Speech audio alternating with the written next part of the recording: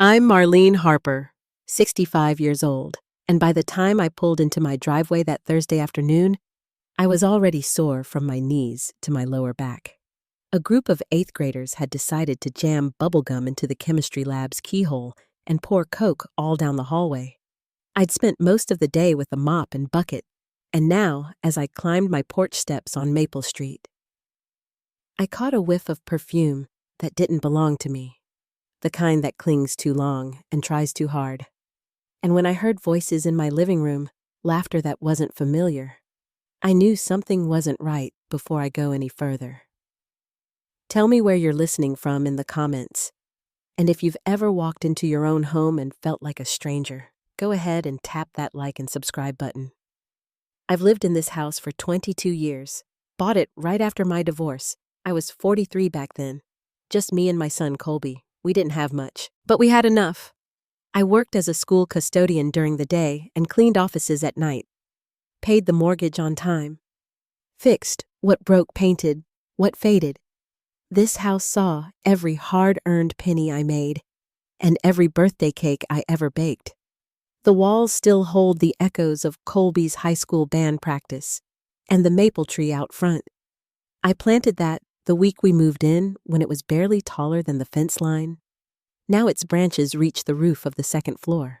This wasn't just my home. It was the one thing in my life I built from scratch when Colby married Leanne 7 years ago. They got their own place. At first, she seemed fine, polite, put together, maybe a little too curious about how much my house was worth. I brushed it off as small talk. But that day when I came home and found Leanne's parents, Marvin and Doris, sitting on my couch, pointing out which walls they'd tear down, I understood they weren't visiting, they were planning. Leanne was by the window, saying something about opening up the kitchen, making it modern. Marvin had a tape measure in his hand. Doris, in a beige pantsuit and too much perfume, was already talking about new flooring. I stood there in the hallway where I'd put up the wallpaper myself. Back in 2002, listening to strangers redesigned my life. "Oh, Marlene," Leanne said, turning like she'd just remembered. "I lived there. We didn't expect you back so early then." She introduced me to her parents, who smiled like the place had already been handed over. They said they were excited to finally see their new home. I asked where Colby was in the garage. She said, "You know how he loves to tinker." Marvin and Doris went on measuring and smiling.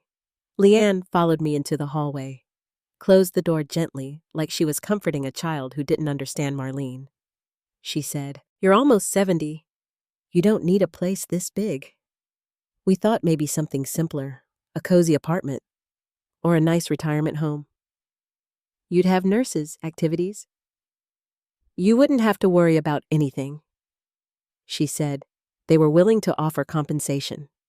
I told her plainly, "This house isn't for sale." "Well," she said, "Colby already agreed."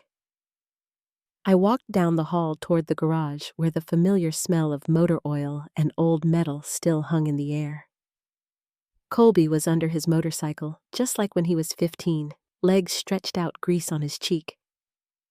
When he saw me, he sat up slowly, said it was complicated. That's when the truth came out. Leanne had lost her job months ago. They were over $100,000 in debt behind on their mortgage.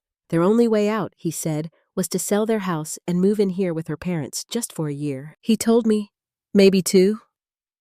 I asked if he wanted that life to live under their roof. He didn't answer, said he had no other option. That night, I lay in bed, listening to the old house breathe the creak of floorboards, the tick of pipes, the same sounds I'd fallen asleep to for over 2 decades. Down the hall, Doris and Marvin were already making themselves at home, planning their garden, measuring the basement, and in the morning, they'd host a party to meet the neighbors, a welcome party for themselves.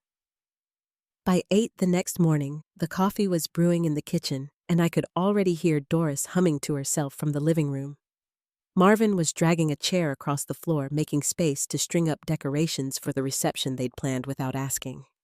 The new tablecloth with the gold trim was already spread out, and plastic plates, napkins, and little scented candles were lined up like soldiers waiting for their orders. They'd made a list of everything left to do. Doris even had a highlighter in hand. When I asked what time they planned to head out, she smiled and said they'd be back by 3, just in time to freshen up before guests arrive. Once the door closed behind them, I picked up their notepads, moved the shopping bags to the side, and sat down at my own table. I could still hear Marvin's voice in my head from the night before, asking if they should hang the family photos in the stairwell or put their own up. It didn't matter what I thought. In their minds, the house was already theirs. At 11 sharp, a familiar sound rolled into the driveway, a pickup truck with faded paint and a rumble that belonged to someone who fixed things with his own hands. Barnabas Greekfield stepped out dressed neatly in a clean shirt and jeans. He looked like he'd just come from the fields, but made the effort to brush the dust off. I opened the door before he knocked. "Morning, Mrs. Harper," he said, with a small nod. "Thanks for seeing me again." "Come on in," I said. "Coffee. I'd love some." We sat in the kitchen. The house felt still again. No one rearranging furniture, no talk about where the salad bowls should go. Just the faint tick of the wall clock and the smell of drip coffee. Barnabas sipped from the cup and looked out toward the backyard. "It's a good place," he said. "Quiet, peaceful. Ruth's going to like it. She likes green space. I asked if the bank had approved the loan." He nodded. Said he had $100,000 ready as down payment, the rest tied to the farm. His face was steady, but I caught the weight in his voice when he mentioned their daughter. Hazel's had type 1 since she was 7. It's managed, but we're always on alert. Last year she had a scare we were almost an hour from help. He paused, looking down at the cup. "This place is 10 minutes from a real hospital. That matters more than anything else." I told him we could walk through the house again, take a fresh look. "Yesterday you saw it as a buyer," I said. "Maybe today you'll see it as a future owner." Upstairs, he stepped slowly through each room, not missing a corner. In the master bedroom, he ran his hand along the built-in closet doors. "Ruth'll like these," he said. "Everything where it belongs." He paused at Colby's old room, the one with the southern window and faded stripes on the walls where his posters used to hang. The bed was neatly made, the dresser still held a few extra blankets. "If Hazel likes it," he said, "this'll be hers. Bright, quiet, close enough to school. She'll be able to sleep again." We moved down to the basement. He checked the boiler, ran a hand along the water lines, tested the light switches near the breaker panel. Then he opened the door to the back storage room, where I kept canned tomatoes and old boxes of Christmas decorations. "This could be a fine little workshop," he said. "I'm no carpenter, but I like to fix what I can." He didn't ask questions about why I was selling. He didn't need to. When we got back to the kitchen, he folded a sheet of paper and placed it on the table. "I'd like to make an offer," he said. $260,000. "Full asking. We're ready to move quick, if you'll have us." I sat back for a moment. The sun through the kitchen window was slanting low and quiet across the floor. He didn't rush me, just waited. "What if I change my mind?" I asked. "That's your right," he said simply. "But I hope you don't. Ruth and Hazel. They've already picked out curtains in their heads." I looked at him. "Why this house?" "There are others." He looked out the window before answering. "Some homes feel like they've been cared for, like they remember kindness. This one does. Ruth says a house keeps the rhythm of the people who live in it." That afternoon, Marvin and Doris came back from their shopping trip in high spirits. They'd bought floral napkins, gold-rimmed wine glasses, and a candle centerpiece. Cordelia Doris said, setting the bags down, "Everything's coming together. This evening will be unforgettable." They went on about appetizers and drink lists. I nodded where needed and didn't mention Barnabas's visit. The next morning, I was up early. I swept the porch, made the beds, wiped down the bathroom counters. Doris and Marvin were already shifting the living room furniture to make space for guests. Marvin was humming while he strung twinkle lights over the archway. "We want everything to look welcoming," he said. "First impressions matter." By the time 11 rolled around, Profani and Colby arrived. She was in a cream-colored dress heels, clicking across the tile. Colby looked uncomfortable in his pressed shirt, the collar tugging against his neck. I caught his eye. He gave me a quiet nod. Neighbors began trickling in at one. The Harrisons from across the street brought a bundt cake. Young couples came with strollers. Kids ran across the yard. Profani greeted each person like the host of a gala, introducing her parents as the new owners of the Harper home. Marvin talked about building furniture in the basement. Doris passed around fabric samples for new drapes. More than once, someone asked Cordelia, "How does it feel to be moving on?" I just smiled. Said I was looking forward to a change. At 2, the house was packed. The hum of conversation filled every room. The dining table was dressed like it belonged in a catalog. Profani was glowing. Doris beamed as neighbors complimented her taste. Marvin showed a few men where he'd put the lathe in the basement. At 3, I slipped away and went upstairs. I sat at the window in my bedroom and looked down the street. The sun was starting to dip behind the trees. The party music floated up light and cheerful, but I didn't hear it. I was listening for the sound of gravel. At 4 o'clock, I heard it. 2 cars pulled up first, Mr. Davidson's sedan, then Barnabas's truck. I stood and smoothed the front of my blouse, walked downstairs, paused in the foyer. Mr. Davidson stepped in first. "Good afternoon, Mrs. Harper. We're right on time." I nodded and opened the door wider. Barnabas followed him inside. The music was still playing. Someone was laughing in the kitchen. Glasses clinked. And for a moment, nobody noticed the 2 men standing in the front hall. Not yet. But they would. The moment we stepped inside, it felt like the air shifted. The music was still playing soft and cheerful, and the living room was full of neighbors chatting over little sandwiches and paper cups of wine. Someone laughed near the kitchen. Children were running up and down the hallway. No one noticed us yet, me, Mr. Davidson, and Barnabas standing just past the threshold. Profani turned first. She was near the dining table, straightening a vase of flowers. Her hand froze mid-reach. "Cordelia," she said, stepping toward us. "Who are these men?" "This is Mr. Davidson," I said, "the realtor. And this," Mr. Davidson added, extending a hand toward the man beside him, "is Mr. Barnabas Greekfield. He's here to finalize the offer on the house." It didn't take long for the room to quiet. Marvin was halfway through a story about woodworking, but he stopped speaking. Doris slowly lowered a plate of crackers. Heads turned. The laughter faded. "The offer," Profani asked. Her voice was calm, but I saw the color drain from her face. "What offer? I've decided to sell the house," I said. "To Mr. Greekfield." Marvin stepped forward, glass in hand. "Hold on, Cordelia. There must be some mistake. We were under the impression—" "There's no mistake," I said. "The house is in my name, and I've chosen to sell it." Doris looked between me and Barnabas. "But we've already made plans. We've been introduced to the neighbors." "This is a welcome party. I understand, Mr. Davidson said. But legally, the property belongs solely to Mrs. Harper. No sale can happen without her approval." Cups were being set down. Guests shifted, murmured. Some began gathering their things. Colby made his way over, glancing quickly at the open paperwork in Mr. Davidson's hand. He looked tired. "Mom," he said quietly, "we talked about this. We had a plan."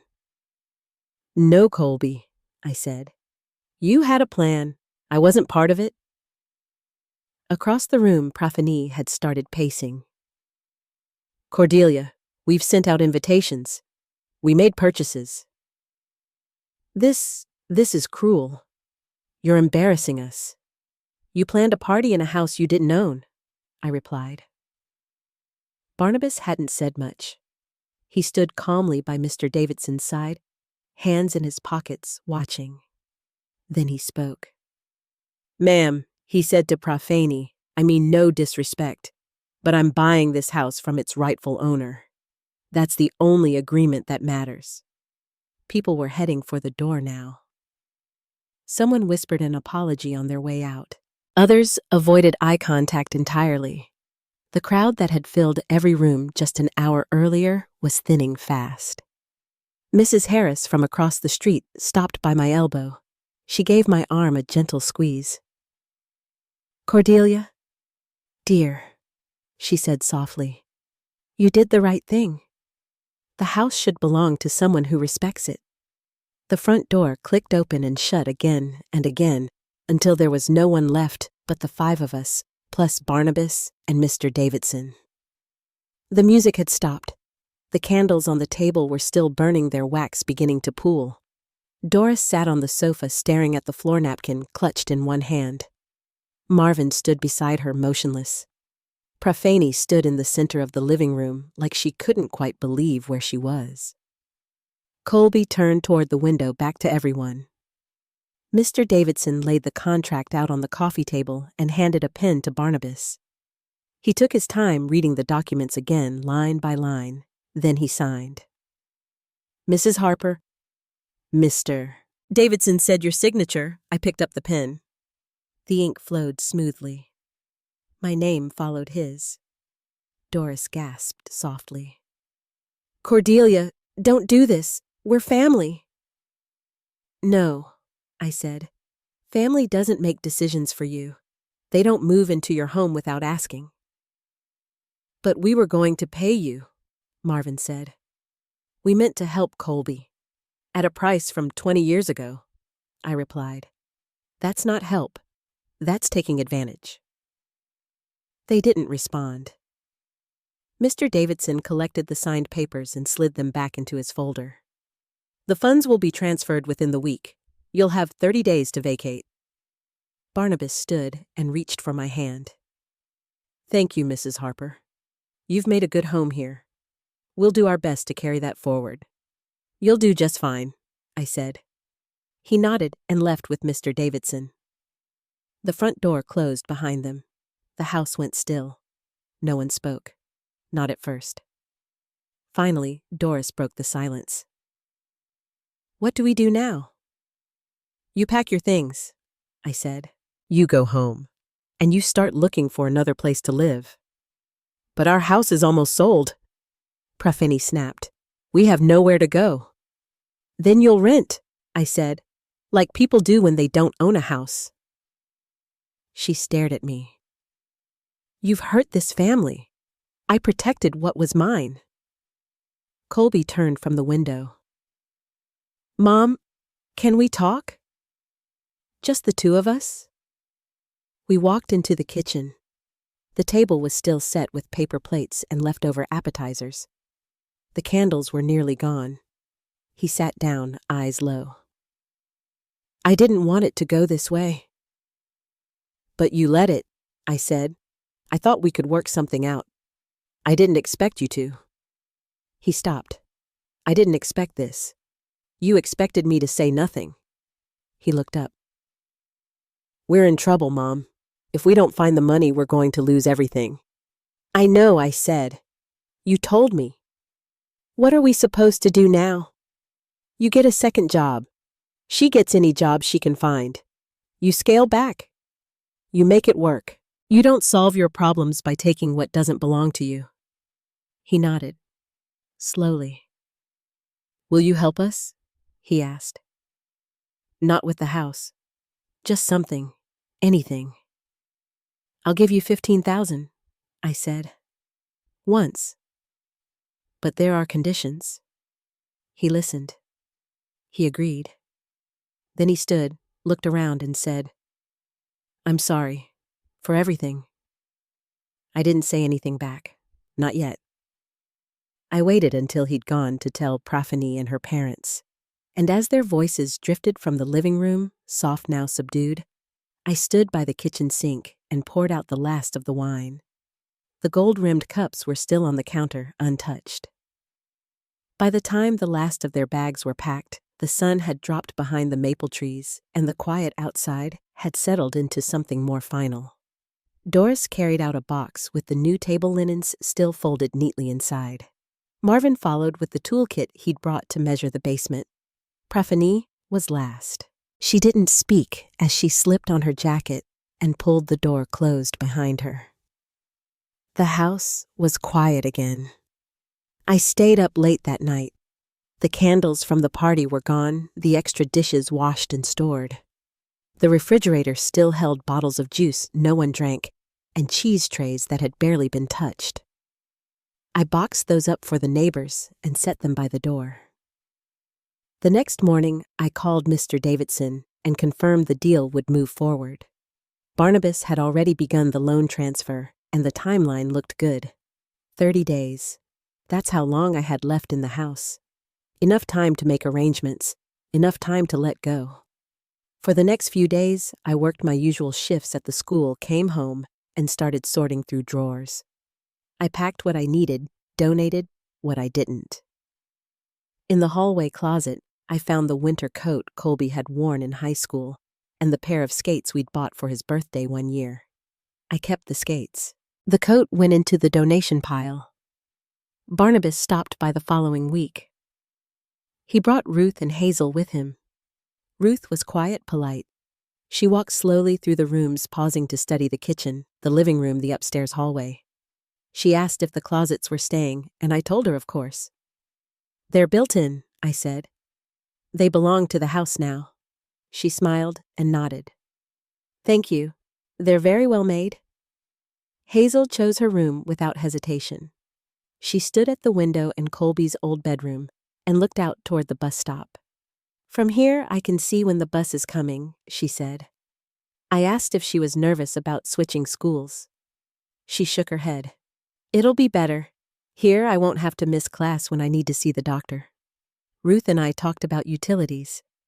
She asked about the furnace filter and the best time of year to prune the lilacs out back. Barnabas stayed mostly quiet, listening, taking notes. Before they left, he walked through the house again. "You can tell when a place has been taken care of," he said. "It feels settled, like it belongs to itself." I nodded. That's what I wanted when I moved in. "Did you find it?" "Yes." A few days later, Colby called. He said the money had come through. 15,000, I reminded him. "That's the agreement." "I know," he said. "Thank you." He told me he'd picked up weekend shifts fixing HVAC systems and that Praphanie had gotten a part-time job at a clothing store. "She doesn't love it," he said, "but it's something." I told him that mattered, that showing up even when it wasn't ideal counted for more than most people realized. He asked if we could have dinner sometime. "Just you and me," he said. No expectations. I told him we could. That weekend I toured a small apartment 3 blocks from the house. 2 bedrooms, 1 bathroom, clean carpet, 2nd floor. The balcony faced east and caught the morning sun. It wasn't much, but it felt simple and manageable. I signed the lease that afternoon. With the move settled, I spent the next week boxing up the last of my things. I labeled each one by room. A neighbor helped me load the heavier items into storage, and Ruth offered to keep a few of the extra kitchen tools until I got fully settled. On my final night in the house, I walked from room to room, pausing by the hallway wallpaper I'd hung myself, the kitchen counter where I'd made packed lunches for Colby during his community college years, the living room where we used to open gifts on Christmas morning. I stood longest in the bedroom. I ran my hand along the edge of the dresser, then turned off the light. The next morning, Barnabas arrived early. We did a final walkthrough. He checked the boiler and thermostat.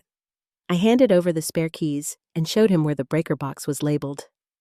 He nodded and thanked me again. At the front door, he paused. "If you ever want to stop by," he said, "Ruth makes good coffee. Hazel would like that too." "I might take you up on that," I said. I drove to the apartment with 1 suitcase and a laundry basket of essentials. The rest would follow later. When I unlocked the door, the place smelled like fresh paint and quiet. I set the suitcase down in the bedroom and sat on the edge of the bed. The house on Maple Street wasn't mine anymore. But the life I was building now, this one was.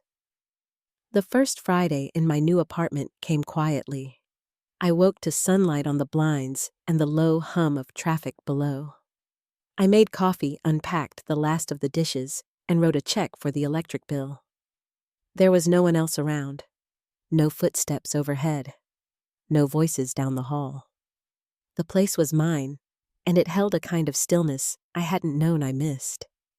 That afternoon, I walked down to the post office to update my address. The woman behind the counter handed me a change of address form and smiled when I said I was new to the neighborhood. "You're on Pine Street, right?" she asked. "Second floor, tan shutters." I nodded. She said, "Good spot. Gets nice light in the morning." Back home, I set a folding chair out on the little balcony. I brought a blanket and a paperback from the shelf. I hadn't read more than 2 pages when my phone rang. It was Colby. He asked if I had a moment. I told him I was free. He didn't ask how the new apartment was or whether I needed help with anything. He got right to it. "Mom," he said, "I wanted to ask something." I waited. "It's about Hazel. Her birthday's next weekend, and Ruth was hoping we could have a little thing. Nothing fancy. Just cake, some friends. But we don't have the space right now. I thought maybe we could use the house." "Just for the afternoon?" "The house I asked." "Yeah, the one on Maple. Barnabas said they haven't moved in yet. He's still in Boston tying up work." "Ruth already asked, but he said it'd have to go through you since you're the previous owner and still technically listed as a point of contact. It's just one day." I thought about the rose bush in the backyard. The kitchen windows Ruth had liked, the bookshelf Hazel had measured with her arms. "You want me to ask him?" I said. "Yeah, or just let him know it's okay." I didn't answer right away. Colby said, "It's just a party, Mom. Hazel's been through a lot. This would mean a lot to her." "I'll call him," I said. Barnabas answered on the second ring. I could hear traffic in the background, maybe an airport or train station. He greeted me warmly and asked how I was settling in. I told him about Hazel's birthday request.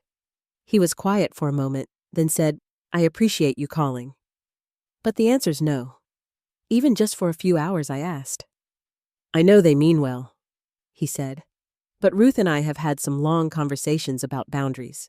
We need the house to feel like ours, even if we're not there yet." "I understand." He hesitated. "Are they pressuring you?" "No," I said. "Not directly, but they're used to asking." "I'd rather keep things simple," he said. "I hope Hazel has a wonderful birthday. Just not at the house." I thanked him and hung up. When I called Colby back, I repeated what Barnabas had said. Colby didn't argue, but I could hear the tension in his voice. "We'll figure something else out," he said. "Thanks anyway." That weekend I dropped off a gift at their rental. Just a small sketchbook and colored pencils wrapped in plain brown paper. Hazel opened the door herself. She wore a birthday crown made from construction paper and glue. "Thank you," she said, holding the package against her chest. "I missed you." I stayed for a few minutes, just long enough to say hello, to hug her, to see that the cake had been cut and the streamers were up. Then I left. A few days later, I stopped by the school to drop off some materials for the fall art camp. Principal Avery caught me by the office. "Cordelia," she said, "do you have a moment?" I followed her into the small conference room. She shut the door gently behind us. "There's been a development," she said. "The school board's looking to expand next year's program offerings. They want someone steady to oversee curriculum development and coordinate seasonal events. You've got the background and, more importantly, the trust of the faculty." I blinked. "Are you offering me a position? I'm offering you a promotion," she said. "With better hours." And a raise. I asked for a day to think it over. She smiled and said, "Of course, but I hope you'll say yes." On my way home, I passed the small brick storefront on Bell Avenue that used to be a sewing shop. There was a for lease sign in the window and a faded sticker on the door that read, "We've moved, thank you, for 34 years. I stood there a moment, imagining what it would look like with new curtains, maybe a few canvas pieces in the window. That night I called Ruth. I asked how things were going, if Hazel liked the sketchbook, and whether they were still planning to move in by the end of the month. "We are," she said. "Barnabas finished up in Boston. We've got boxes ready and the moving truck scheduled. We're excited." "Let me know if you need help," I said. She paused. "Actually, there is one thing. Would you walk through the garden with me before we settle in? I know it's not mine yet, but I'd like to understand how you took care of it. It's beautiful." "Of course," I said. We agreed on a time. 2 evenings later, we met by the back gate. She brought gloves and a notepad. I showed her which plants liked morning shade and which bloomed best if trimmed in March. She listened carefully, nodding as she wrote. At the end, we stood near the hydrangeas by the fence. "This place is full of your work," she said. I looked out across the yard. "And now it'll be full of yours." She offered to walk me to my car. We passed the side window where I used to hang wind chimes. I told her where the hooks were hidden. She thanked me again, then waved as I backed out of the driveway. The next day, I returned to the school and gave Principal Avery my answer. I took the job. The first week of my new position passed in a blur of meetings and planning. I spent mornings with the curriculum team, afternoons walking classrooms, and evenings organizing events for the new semester. My calendar filled fast, but the work felt purposeful. I had my own office, now modest, tucked near the library, but quiet and mine. There was a corkboard above the desk where I pinned notes from students, a small shelf for my coffee mug and planner, and a window that caught the late afternoon light. One evening, after a full day of scheduling fall workshops, I stopped by the hardware store to grab a few things. The apartment balcony needed a weatherproof mat, and I was looking for a low planter box to grow herbs come spring. On my way out, I saw someone I hadn't expected. Profani was in the returns line holding a box of cabinet handles and a receipt. She looked tired. Her hair pulled back loosely, a smudge of something on her sleeve. When she saw me, she didn't smile. I gave a small wave. "Hi." She nodded. "Hey." I stepped to the side so we weren't holding up the line. "How's everything going?" She shrugged. "We're still in the rental. The plumbing's acting up again. Hazel's been coughing at night. I think there's mold in the vents." "I'm sorry to hear that. I told Colby we should have just waited on the house." I didn't say anything. She looked at the box in her hands. "He doesn't like when I bring it up." After a pause, she added, "Hazel misses you." I nodded. "I miss her too." Before we parted, she asked if I still had the contact information for the property manager I used before the move. "The one on Bell Avenue," she said. "You said he was fair." "I do," I told her. "I'll send it." The next day, I forwarded the number. No message. Just the contact and a subject line that read, "Per your request." That Friday, Ruth sent a photo. It was a snapshot of the backyard at dusk.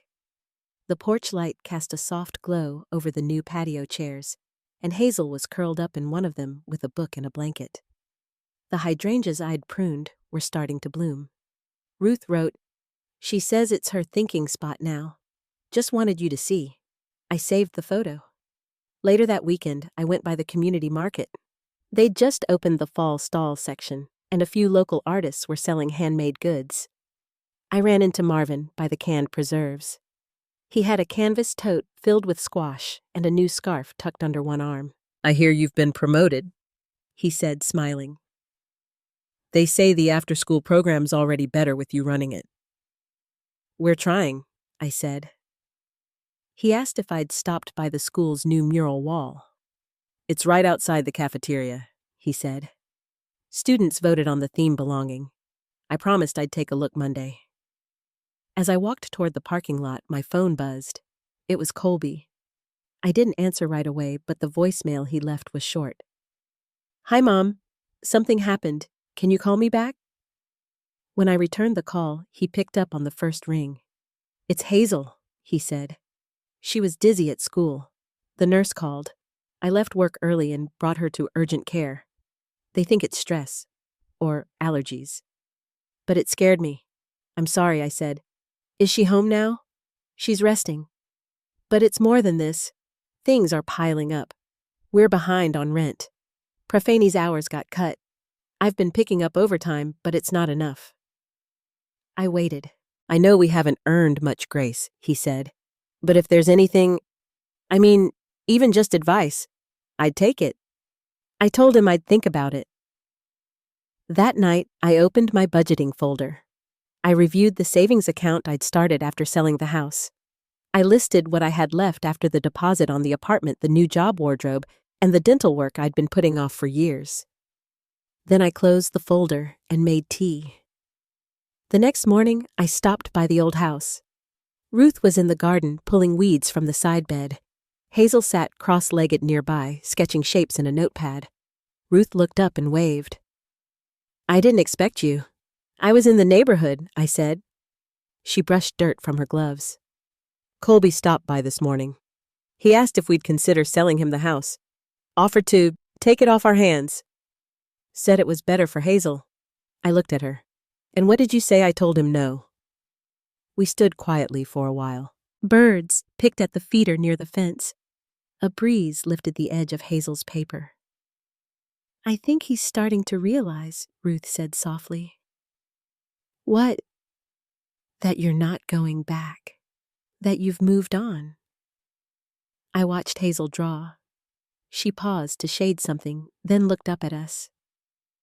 "I should get going," I said. As I walked back to the car, Hazel ran to catch up. "Wait," she said, handing me the drawing. "It's the hydrangea bush. I made it for your new place." I thanked her and tucked the paper into my purse. At home that evening, I placed the drawing on the fridge. The next morning, I called the city office. I asked about zoning for the old sewing shop on Bell Avenue. The woman on the line told me it had been cleared for creative business use. Art space tutoring small workshops. "Do you need an application packet?" she asked. "Yes," I said. "I think I do." The shop on Bell Avenue had been empty for years. The windows were streaked from rain, and the for-lease sign hung crooked in the corner. But when I stepped inside, something clicked. The space smelled like dust and old wood, and the floors creaked underfoot. But the light was good, real light, not the humming kind from panels in the ceiling. It had high walls, a back room that could hold bookshelves or tables, and enough space in the front for folding chairs and a chalkboard. By the following month, the lease was in my name. I kept the sign simple. Just 5 words painted navy on white, "The Blue Room, Learning and Life." I found a second-hand coffee maker and bought rugs from a church sale down the street. I asked Ruth to sew curtains from fabric she'd kept in storage, and I emailed Marvin to ask if he'd be willing to teach a budgeting workshop on Saturdays. He said yes before I finished the sentence. The first session was a quiet one. Just 3 people showed up. A retired bus driver, a high school junior, and a grandmother raising 2 boys on her own. But they listened. They took notes, and they came back the next week. I ran into Colby at the grocery store around that time. He was in the cereal aisle tossing boxes into a cart with Hazel sitting in the front. She waved when she saw me. He didn't. As I walked past, I heard him say, "That's Grandma," but there was no follow-up. Just the sound of the cart's wheels turning down the next row. A few days later, Michaela from the district office stopped by the Blue Room to drop off donation forms for our partnership program. As she looked around, she pointed out a flyer I hadn't noticed was still taped to the door. "Is this your son's?" It was a copy of Colby's Handy Fix Ad Lawn Care, Minor Repairs, Pressure Washing. "I think so," I said. "He probably posted it months ago." Michaela raised an eyebrow. You know we're looking for someone to help repair a fence out behind the primary school. Low-budget job, but if you trust him?" I nodded. "I'll pass it along." That evening, I called Ruth. She said Colby had picked Hazel up early that day and mentioned he was looking for side work. I gave her the number and left it at that. Weeks passed. Then one Saturday morning, Marvin's class finished early. He packed up and lingered a bit while I wiped down tables. "You hear about the school fence?" he asked. "Looks good." I nodded. "He's the one who fixed it." I nodded again. Marvin said nothing for a moment, then gave me a small smile. People change sometimes, but more often the light just shifts and shows what was already there. That afternoon, I hosted a literacy workshop. 2 volunteers from the library brought early readers and storybooks. We had hot chocolate in paper cups and crayons for the younger kids. One of the girls, maybe 6 or 7, asked me if the building used to be a candy shop. I told her it didn't, but it could still hold sweet things. She giggled and went back to her drawing. That night, as I locked up, Hazel was sitting on the front step. She had her sketch pad in her lap and her legs swinging slowly. "Dad's parking the truck," she said.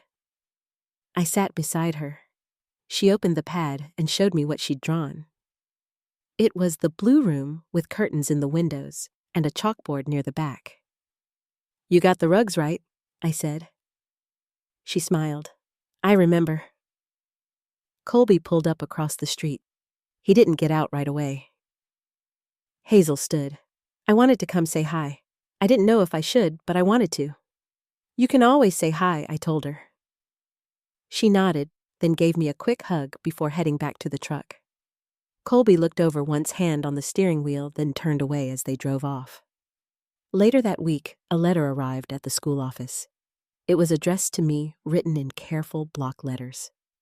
Inside was a photo of Hazel holding a hammer standing in front of the repaired fence. On the back in faint pencil were 4 words. She helped. We tried. I placed the photo on the corkboard above my desk. Spring came early that year. The garden outside the blue room started blooming in late March. The rosemary I'd planted in the old planter box sprouted strong, and the neighborhood kids came by after school to water it. Ruth came by one evening with fresh muffins. "He's asking questions now," she said, "about how to get things right, not just for show." I nodded. "You're not going to make it easy for him, are you?" "No," I said, "but I'll leave the door unlocked." That Sunday, I sat at the kitchen table and wrote a list. Things that mattered, things that didn't. I folded the paper and tucked it in the drawer next to the keys. There was more to build, more to let go. But I wasn't doing it alone anymore.